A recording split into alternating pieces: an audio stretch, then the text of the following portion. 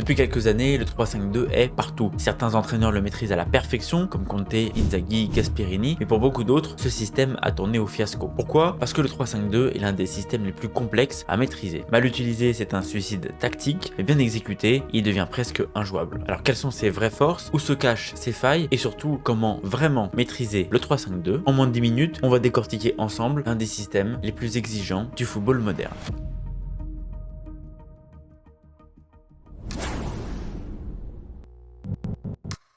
Le 3-5-2, ce n'est pas juste un ensemble de placements, c'est une idéologie, des principes, des rôles très précis et encore plus dans une formation aussi complexe que celle-ci. Alors avant d'entrer dans les détails et pour justement éviter de se perdre, on va commencer par la base. Ça ressemble à quoi le 3-5-2? C'est une ligne de 3 en défense avec 5 milieux de terrain et 2 attaquants. Alors ce schéma peut s'exprimer avec des variantes, mais l'objectif de cette vidéo, c'est de voir une configuration avec 3 centraux et 2 attaquants de pointe, comprendre un petit peu comment on peut articuler tout ça. Parce qu'on a la possibilité d'avoir les milieux centraux à plat et donc de former une vraie ligne de 5 joueurs, idéal pour couper les lignes de passe et forcer le jeu long. Et aussi le 3-4-1-2 avec un double pivot qui vient soutenir un meneur de jeu qui aura le rôle de numéro 10 pour distribuer les 2 attaquants. Du coup, quels sont les objectifs du 3-5-2? Le 3-5-2 est l'une des formations les plus poussées dans le pressing. L'idée, c'est d'avoir une organisation déjà en place à la récupération du ballon pour pouvoir mettre rapidement l'adversaire en difficulté. Mais surtout, avec ou sans ballon, le 3-5-2 a un objectif clair, densifier l'axe du terrain. Et tu le sais, dans le foot, protéger l'axe, c'est une règle d'or et le 3-5-2 pousse à l'extrême cette règle, notamment en phase de possession. Concrètement, on va avoir 5 joueurs dans l'axe du terrain. L'objectif, c'est de concentrer l'attention ici et les forces adverses à l'intérieur pour libérer un maximum les côtés et donc les pistons, soit pour centrer ou pour attaquer la profondeur. Et du coup, c'est quoi la particularité du 3-5-2? Et bah la réponse va se résumer en un mot, piston. Ce sont eux qui vont décider si ton système tient la route ou se crache totalement. Aucun autre système ne met autant de responsabilités sur un seul et même poste et aucun autre système ne dépend autant de la réussite d'un seul poste. Donc sans aucun doute que c'est la particularité du 3-5-2 et on va le voir dans cette vidéo, que c'est pour le meilleur mais aussi pour le pire. L'une des forces de ce schéma sur l'aspect défensif va déjà être la gestion de l'espace axial. On voit ici qu'on a 2 lignes de 3 joueurs avec les milieux et les défenseurs, sur ce qui est l'équivalent de la taille de la surface de réparation mais plus haut, et 6 joueurs pour gérer cette superficie. Ça renforce l'axe et donc ça oblige l'adversaire à contourner en passant par les ailes. Parce que cette charnière défensive à 3 a 2 gros avantages. Pouvoir marquer 2 attaquants, réunir les qualités pour couvrir tous les types d'attaques et constamment être en surnombre sur les attaquants axiaux. L'un d'entre eux au moins doit avoir un profil de libéraux, c'est-à-dire qu'il va gérer la profondeur sur les passes ou les déviations. Il va guider sa défense et l'organiser. En résumé, c'est un vrai leader dans l'âme avec un sens tactique décuplé. Tu l'auras compris, c'est donc un profil peu commun. En ce qui concerne les 2 autres centraux excentrés, ils doivent être des stoppers, c'est-à-dire qu'ils vont aller au marquage, au duel, et comme ils sont protégés par le libéraux qui couvre la profondeur, ils peuvent être beaucoup plus rugueux dans l'impact pour ne laisser aucun espace aux attaquants. Pour eux, on va donc surtout avoir besoin de profils athlétiques. Mais attention, les 2 stoppers doivent avoir les bases du poste de latéral parce que ce schéma permet de coulisser facilement sans déstructurer les positions initiales.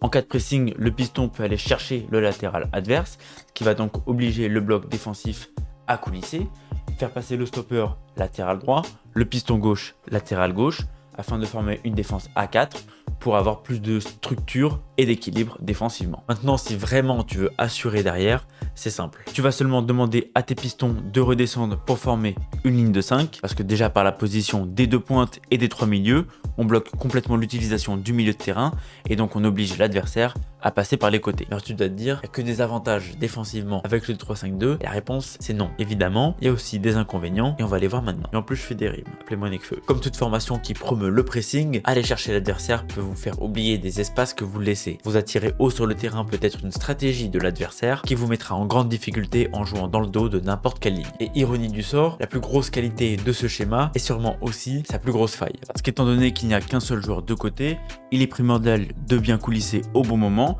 et bien de se répartir le marquage pour contrer les 2 doublements, de faire les retours défensifs constamment pour éviter les déséquilibres, sinon tout tombe à l'eau. Comme je l'avais évoqué pour le 4-3-3, la vidéo est dispo sur ma chaîne. La façon dont ce système est énergivore peut vraiment vous être fatale parce que c'est le physique qui permet à ce schéma de tenir debout, que ce soit défensivement ou offensivement. Enfin, dernier point sur le secteur défensif, si en face c'est un système avec une pointe, ça voudrait dire qu'il y a de la supériorité dans d'autres compartiments du jeu et notamment ici, et donc que le pressing risque d'être moins évident.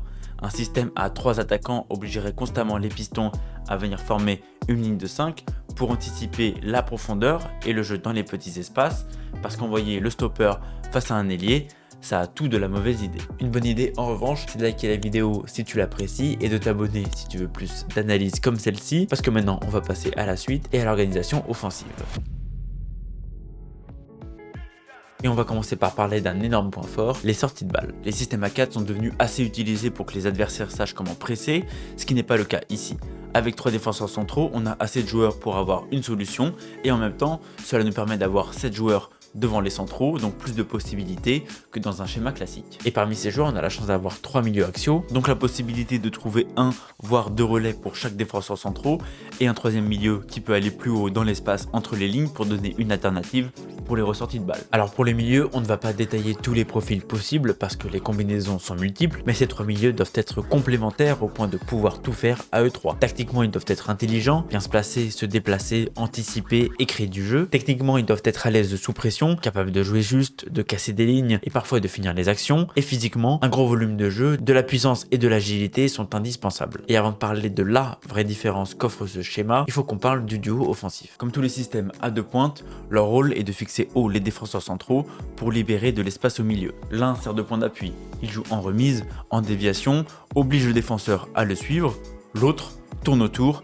attaque la profondeur et les seconds ballons, ce qui force l'autre défenseur à le suivre. Et un binôme d'attaquants, ça veut dire qu'on va pouvoir être dangereux sur un éventail de styles d'offensive, surtout quand on a des pistons. Comme je le disais en intro, c'est ce qui fait que votre schéma va fonctionner ou non. Avec la concentration des joueurs au milieu, l'objectif est de fixer dans l'axe pour trouver les latéraux, pour manger l'espace sur les côtés, ou alors les trouver direct haut sur le terrain pour déséquilibrer l'adversaire, qui seront dans des situations de centre, voire de frappe. Alors la question, c'est qui peut jouer piston? Responsable de tous leurs couloirs respectifs, il y a 2 typologies de joueurs. Les latéraux de formation, donc qui maîtrisent tous les rouages et les organisations défensives et à qui on va demander d'apporter offensivement. Ça peut masquer ses lacunes défensives et exprimer son potentiel athlétique, physique, technique pour déborder, éliminer, centrer, voire frapper. Disons que ça c'est l'idéal quand ton équipe est en position d'outsider. Et les anciens ailiers ou milieux excentrés qui peut-être ne sont pas assez efficaces, dribbleurs, tueurs et à qui on va avoir moins d'attentes et d'exigences sur le côté offensif mais à qui on va imposer des responsabilités défensives. Ça peut masquer ses lacunes offensives mais attention parce qu'on a évidemment moins confiance défensivement en un joueur offensif de formation sur sa fiabilité, sa façon de défendre, sa concentration et sa discipline. Et donc ça c'est plutôt quand ton équipe est favorite. Quoi qu'il arrive, il est clair que le joueur qui occupe ce poste doit être endurant, rapide, avoir une bonne gestion de l'espace tant offensivement que défensivement, et une qualité technique suffisante qui vont lui permettre de déborder, d'éliminer et de centrer. Pour revenir sur le schéma, il faut noter un détail important, c'est que même s'ils sont très portés vers l'avant, au départ tu n'as que 2 joueurs purement offensifs. Alors oui, tu vas compter sur l'apport très offensif de tes pistons et qui vont parfois se retrouver aux abords ou même dans la surface, mais on rappelle qu'à la base ce sont en général des latéraux reconvertis et donc qui n'ont pas forcément cette qualité technique et de finition pour être efficaces devant. Et puis tes 2 attaquants de pointe, ils doivent aussi être fusionnels, c'est primordial. C'est toujours ce qu'on va retrouver comme contrainte dans une attaque à 2, la complémentarité. Les 2 joueurs doivent s'entendre, être en réussite ensemble parce qu'ils sont presque indissociables et parce qu'ils sont les derniers maillons de la chaîne qui amènent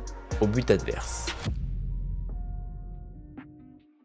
Du coup, vers quelle formation se diriger si ça ne marche pas offensivement? Plutôt que de changer complètement de schéma, tu peux essayer de passer en 3-4-3. 2 ailiers et une pointe pour aérer l'axe et doubler les côtés, mais qui peuvent quand même rentrer intérieur pour laisser les pistons déborder, et tu peux garder la défense à 3 pour faciliter les sorties de balles sans trop dénaturer le schéma de départ. Et vers quelle formation se diriger si ça ne marche pas défensivement? Si le système montre les failles qu'on a évoquées, c'est-à-dire effort trop important, manque de discipline ou espace derrière les pistons, alors passe en 4-4 de losange. Sors un défenseur central pour faire entrer un milieu selon le profil manquant, milieu défensif, relayeur ou offensif, passe ta ligne défensive à 4 avec 4 milieux pour une meilleure gestion de la largeur et 2 pointes pour conserver le danger offensif. Et dans les phases de ressortie de balle, tu peux ponctuellement descendre le milieu défensif pour un 3-4-1-2, ça sera plus efficace.